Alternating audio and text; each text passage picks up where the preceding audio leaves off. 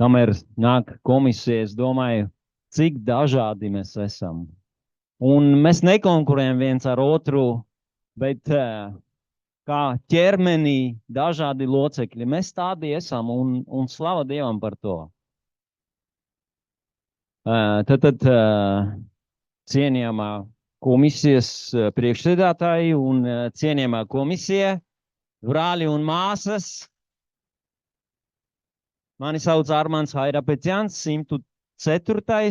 Un sprediķa tēma ir dzīvā un nedzīvā ticība, jeb vai ticībai ir smarža.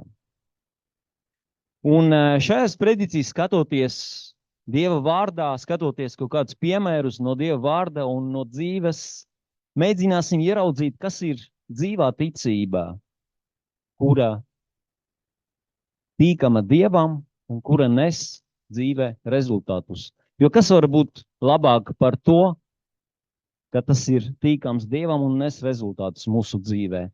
Mūsu atslēgas raksturvieta šodien ir tad Jēkaba vēstulē 2. nodaļa 17. pants, kur rakstīts tāpat arī ticība. Ja tai nav darbu, pati par sevi ir nedzīva. Un cits tulkojums saka mirusi. Un mēs skatīsimies no Dieva vārda un no Dieva skatu punkta, kā Dievs redz dzīvo ticību. Un ieraudzīsim, mēģināsim skatīties caur mūsu dzīves prizmu. Un iespējams Dievs vēlēsies, lai mēs redzam kaut kādas lietas un iespējams arī koriģējam kaut ko. Tad Romiešiem 1:17. Taisnais dzīvos no ticības. Taisnais dzīvos no ticības. Un tas ir tāds milzīgs apgalvojums. Dzīvos. Ko nozīmē dzīvos? Tas ir visa mūsu dzīve. Tas ir jebkura dzīves joma. Taisnais, mēs esam taisnie. Mēs dzīvosim no ticības. Un Ebrejiem 1:6 ir teikts, ka bez ticības mēs nevaram patikt Dievam. Bet ar ticību mēs varam patikt Dievam. Un interesanti, ka Pāvils vienā no vēstulēm min, ka mūsu ticībai var būt pat trūkumi. Viņš 1. Tesaloniķiešiem 3:10 saka, es vēlos un es lūdzu, lai varētu atbraukt pie jums un aizpildīt trūkumus jūsu ticībai. Un runājot par ticību, nevar nepieminēt Ebrejiem 11:1, vai ne? Ticība ir stipra paļaušanās uz to, uz ko mēs ceram, pārliecība par neredzamām lietām, pārliecība.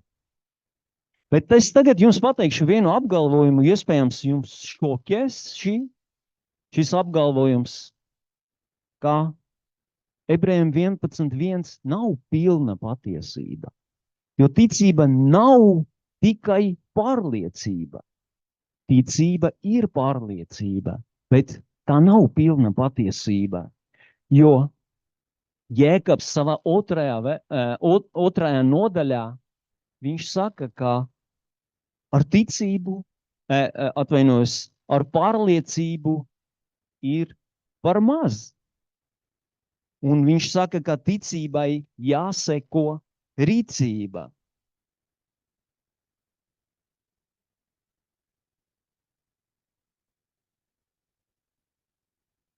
Jā, to, ko viņš saka, ka bez rīcības, jeb bez ticības darbiem, mūsu ticība, un viņš ir diezgan skarbs.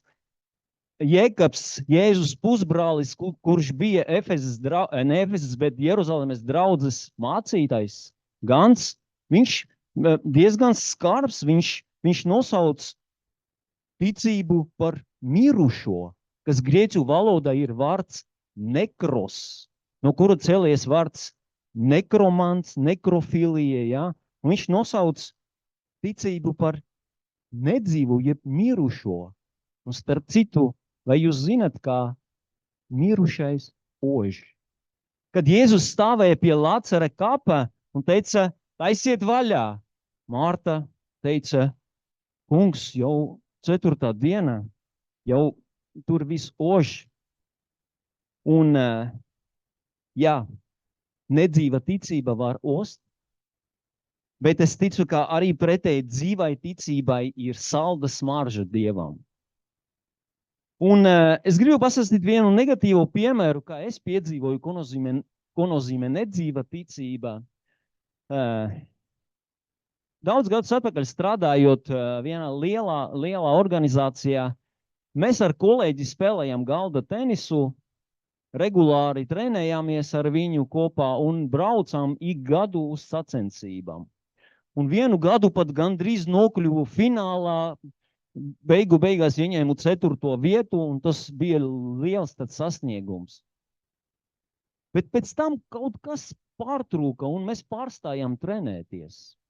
Pagāja vesels gads, es gandrīz netrenējos, un tad vajadzēja būt nākamām sacensībām. Un es aizbraucu, tas bija Gulbenē, mēs tur pārņakšņojam, no rīta piecēlos, es sapratu, man jālūdz. Es arī dzirdēju, kā Evanders Holyfields pirms mača ar Tysonu, viņš lūdza mēlēs. Un es gāju un es lūdzu, un tad sākās tas čempionāts, un es saku, kaut kas nav labi. Kaut kas nav labi. Un vienā vārdā sakot, tas bija riktīgs tāds fiasko. Es tur nekādu vietu normāli nedabūju, zaudēju. Un man šķiet pirmo reizi sajūtu, ko nozīmē, ka tava nedzīva ticība ož. Ja es pats mācu saviem bērniem, tu nevar nemācīties un iet uz eksāmenu, bet pats uzkāpu uz šiem grābekļiem. Tā bija nedzīvā ticība. Pretēji mēs Dieva vārdā varam redzēt dzīvo ticību ļoti daudzās vietās. Pieņemsim 4 draugi un paralizētais. Jēzus teica, neteica, bet rakstīts, Jēzus ieraudzīdams viņu ticību, ne tikai viņu pārliecību, bet arī viņu rīcību, un Jēzus, un viņš rakstīts, ka viņš redzēja viņu ticību. Vēl viena rakstu vieta, kad Jēzus laivā ar Pēteri, un Jēzus saka, iemet tīklus. Un Pētera pirmā reakcija, kungs, es visu naktī esam zvējojuši. Un tajā brīdī droši vien laivu piepildīja neforša smaka. Un Pēteris sajūstāms to, viņš teica, bet pēc tava vārda es rīkošos. Un Jēkabs saka, ka ar darbiem ticība kļuva pilnīga un atnesa rezultātus. Vēl viens piemērs no vecās derības, spitālīgais Nēmans, kurš atnāca pie Elīses, un Elīse pat neiznāca ārā, sūtīja kalpu, kalps teica, ej, iemērcies Jordānas upē 7 reizes un būsi vesels. Un Nēmans uzreiz, kāda Jordānas upē un tā tālāk, un saka pretoties. Un ziniet, to telpu piepildīja oža. Bet slava Dievam, ka apkārt bija cilvēki, kuri bija garīgi jūtīgi, un viņi sajūta šo ožu. Un teica, nu ja viņš kaut ko sarežģītu teiktu, tu nedarītu. Nu kas tā, ej un iemērcies. Un viņš arī uzķēra to. Un aizgāja un izdarīja, un tā bija ticība rīcībā, kura atnesa rezultātus. Sieviete ar asins tecēšanu. Ja es tikai aiziešu un pieskaršos, bet viņai nebija tikai pārliecība. Viņa rīkojas, viņa ne tikai teica, bet arī izdarīja. Un ticība, viņas pārliecība savienojas ar darbiem, un ar darbiem ticība kļuva pilnīga, un tikai tā pilnīgā ticība atnesa rezultātus. Gribu pastāstīt arī pozitīvo piemēru, vienu pozitīvo piemēru no savas dzīves. Īstenībā kristietības faktiski sākumā Dievs mācīja, ko nozīmē ticība rīcībā. Un man bija situācija, kad es īrēju dzīvokli, un saimniece paziņoja, ka līdz pirmdienai jāatbrīvo. Un vesela nedēļa pagāja, un es neko nedabūju. Un es atceros svētdiena, es sēžu dievkalpojumā, draudzes gans dedzīgi sludina, bet manas domas, es neko nedzirdu, es esmu pārņemta ar domām, pirmdien man jāatbrīvo to dzīvokli. Un tas domas mani bombardē, beidzās dievkalpojums, es aizgāju mājās, apsēžos, un es esmu tādā, daļēji ticu, es taču esmu daudz piedzīvojis Dievu, bet es nezinu, ko darīt. Un man tagad šķiet, ka tā telpu piepildīja tas nedzīvās ticības, tā oža. Bet Dievs, slava Dievam, ka mums ir Dievs, un tādos brīžos viņš var pieslēgties. Un man iešāvās doma.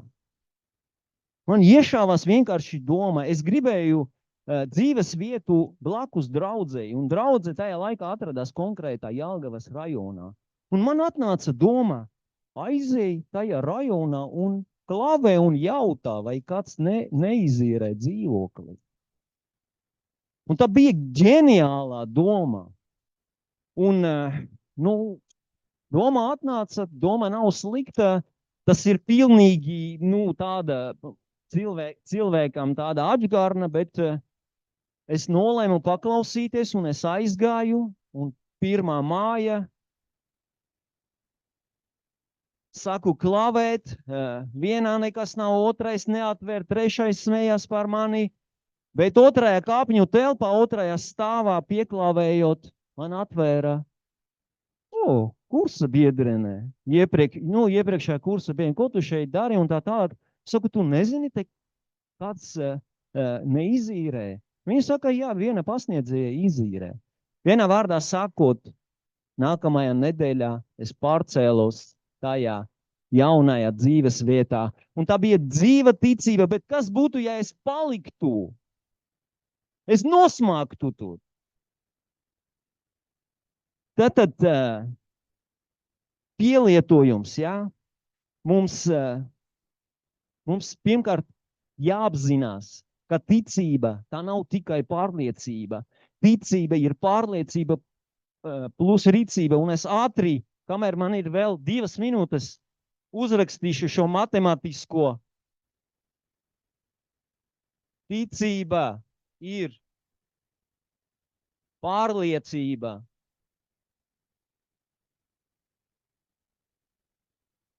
plus rīcība. Un iekavās, tas ir ticība runā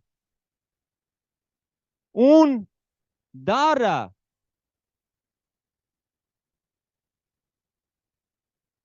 Tad ticība ir pārliecība un rīcība. Ar rīcība tas ir ticība runā un ticība dara. Lai mūsu ticība vienmēr labi smaržo.